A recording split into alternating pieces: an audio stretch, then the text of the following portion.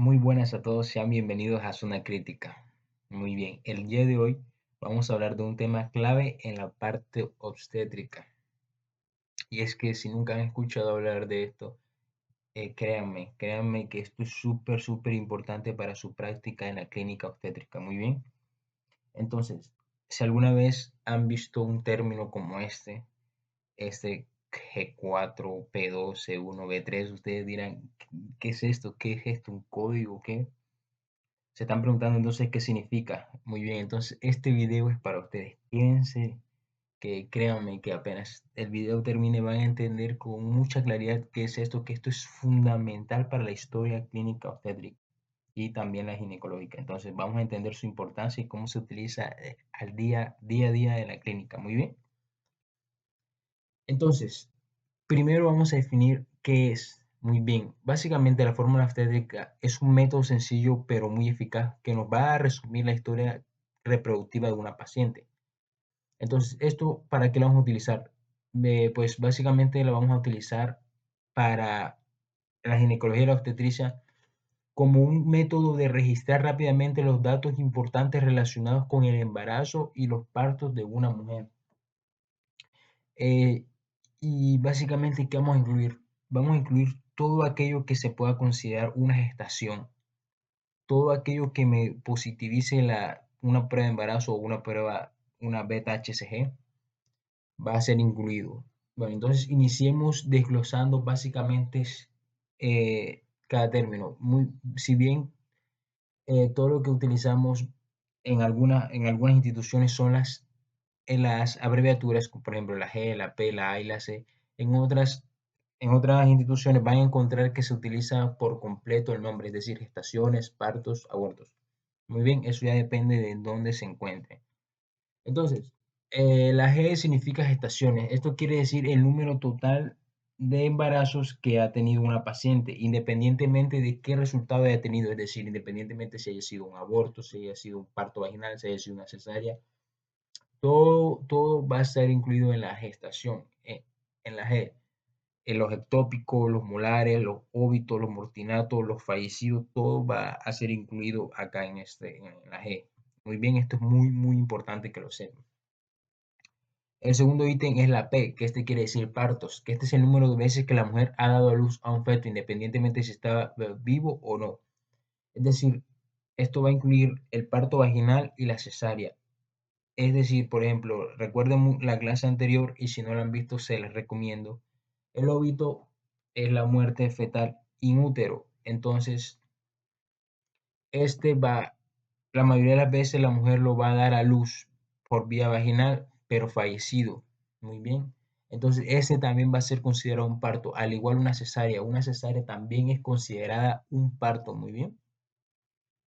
Ahora, los abortos. La A es de los abortos. Este es el número de abortos que esto incluye tanto los espontáneos como los inducidos. Y aquí ustedes tienen que ser muy claros con la paciente de que les definan qué es el aborto. Porque, por ejemplo, va a haber pacientes que lleguen y les comentan, no, doctor, hace como 10 meses, un año, tuve un aborto. Y usted le dice, pero tuve una prueba de embarazo positiva. Y ella va a decir, no, es un aborto porque sangré y boté muchos coágulos. No nos vamos a fiar de esto. Tenemos que tener sí o sí la certeza de que esa paciente estuvo embarazada y luego tuvo esa pérdida.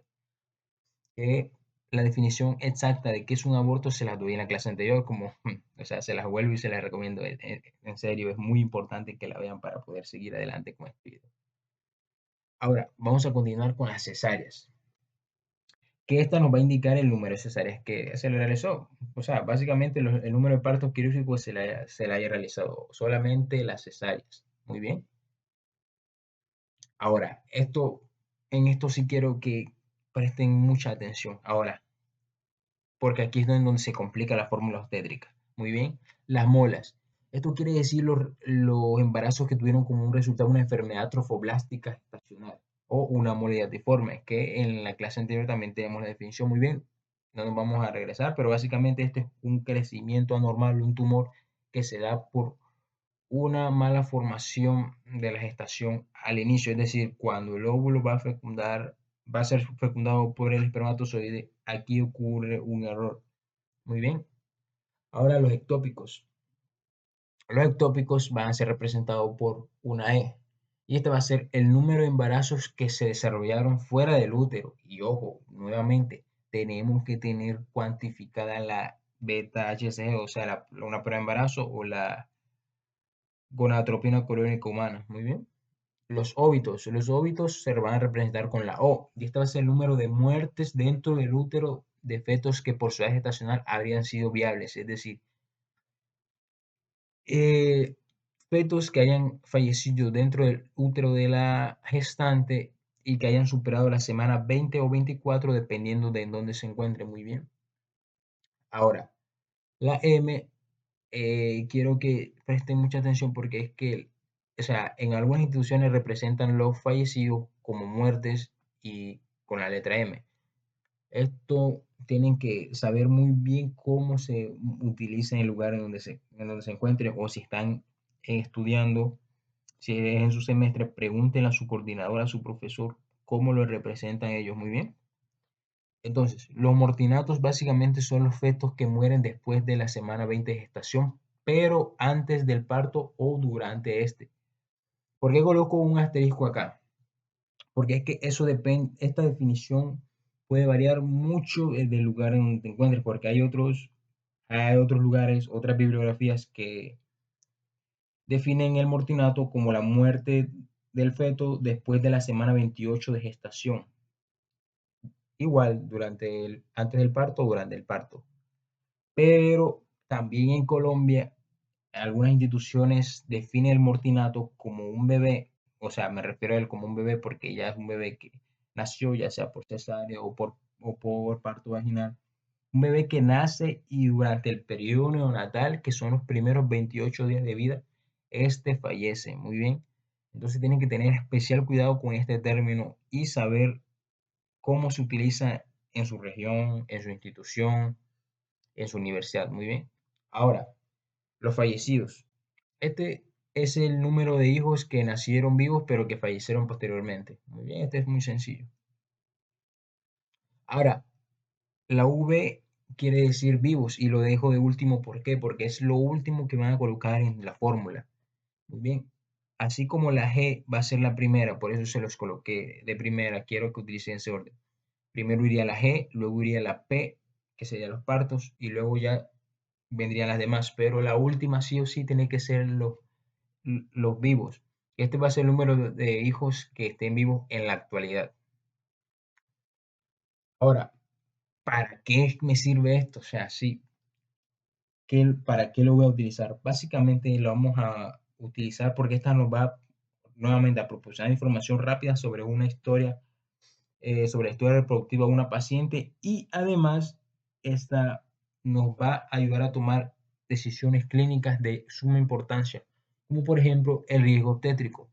Porque saber cuántos abortos, cuántas cesáreas tiene una paciente puede alertarnos sobre complicaciones en el embarazo actual. Por ejemplo, una paciente que esté sangrando y tenga un antecedente de cesáreas, mínimo un número de 3, pongamos, por ejemplo, este va a ser un riesgo para una enfermedad que se llama placenta previa. Muy bien, ¿me entiende? O sea, esto vamos a saber qué grado de predisposición tiene la gestante enfrente de varias patologías. Entonces, también nos va a ayudar a planificar los partos porque, por ejemplo, la existencia de ya una cesárea en una paciente nos va prácticamente a contraindicar que ésta en su siguiente embarazo pueda tener un parto vaginal. ¿Por qué? Porque al ser la, al ser, al haber sido sometida a una cirugía y el útero ser abierto, ser diseccionado y luego ser cerrado, este va a cicatrizar. Entonces, este, debido al movimiento uterino, a las contracciones, puede reventarse ya la cicatriz anterior que ha presentado esta paciente. Muy bien, espero haberme hecho explicar, entender, digo. Entonces, un seguimiento médico. ¿Para qué? ¿Qué quiere decir esto? Esto es fundamental para evaluar el historial y adaptarnos a los cuidados prenatales y también los ginecológicos. ¿Por qué? Porque, por ejemplo, si usted tiene una paciente que nunca ha estado embarazada, que nunca ha lactado, si ustedes son juiciosos, estudian, van a ver que este es un factor de riesgo muy alto para ciertos tipos de cánceres que son hormonodependientes. Muy bien. Entonces, vamos ahora con unos ejemplos rápidos. Ahora de lo que han aprendido, espero que sepan responderme las siguientes preguntas. ¿Esta fórmula obstétrica está bien o mal? Esta 6, partos 3, cesáreas 2, vivo 5. Dejen entonces en los comentarios si está bien o mal. Y la respuesta ya se la doy acá y es que está bien. Y ustedes dirán, pero ¿por qué vivo 5 si has estado 6 veces y has tenido partos 3 y cesáreas 2, es decir, 5? Lo que pasa es que ustedes tienen que contextualizar la fórmula obstétrica a la paciente que tiene enfrente, porque si es una paciente que está embarazada, entonces ella ha tenido 6 gestaciones, está por 6 gestaciones, pero aún no ha dado a luz o aún no ha fallecido el feto que tiene dentro. Entonces sigue siendo gesta 6, pero porque aún no se ha definido qué ha sucedido con el feto que tiene dentro, ¿me entienden? ¿Listo? Ahora la siguiente. Gesta 4, parto 5, vivo 5. Muy bien, me lo dejan en los comentarios, por favor. Y la respuesta es que está incorrecto. Claro, porque ¿cómo va a tener 4 gestaciones y 5 partos? Es decir, va a tener más partos que gestaciones. ¿En qué momento se quedó embarazada por quinta vez? Y aquí me dice que 4. Aquí pudieron haber ocurrido dos cosas. El primero, el entrevistador se equivocó y en vez de colocar gestas 5, colocó gestas 4. O el caso contrario, en vez de iba a colocar partos 4 y vivos 4 y se pasó por uno y colocó partos 5 y vivos 5. Muy bien. Ahora, gestas 3, abortos 2, mola 1, vivo 0. Y esta es una trampa porque en realidad la fórmula obstétrica esta hasta cierto punto se encuentra correcto. ¿Qué pasa? Que o sea, la fórmula obstétrica, como se lo dije, es para resumir rápidamente la historia de esta paciente. Entonces, ¿para qué necesito yo saber que tiene vivo 0 si es que al saber que tiene 3 gestaciones, 2 abortos y un embarazo molar, o sea, que ya si está aquí como embarazo molar es porque ya se resolvió? ¿De qué me importa saber que tiene vivo 0 si es que eso es más que lógico? Entonces, sería algo muy, muy redundante, ¿ok? Y a muchos ginecólogos, créanme que esto no les gusta para nada, ¿ok? Entonces, vamos con esta. Espero que vayan bien, ¿no?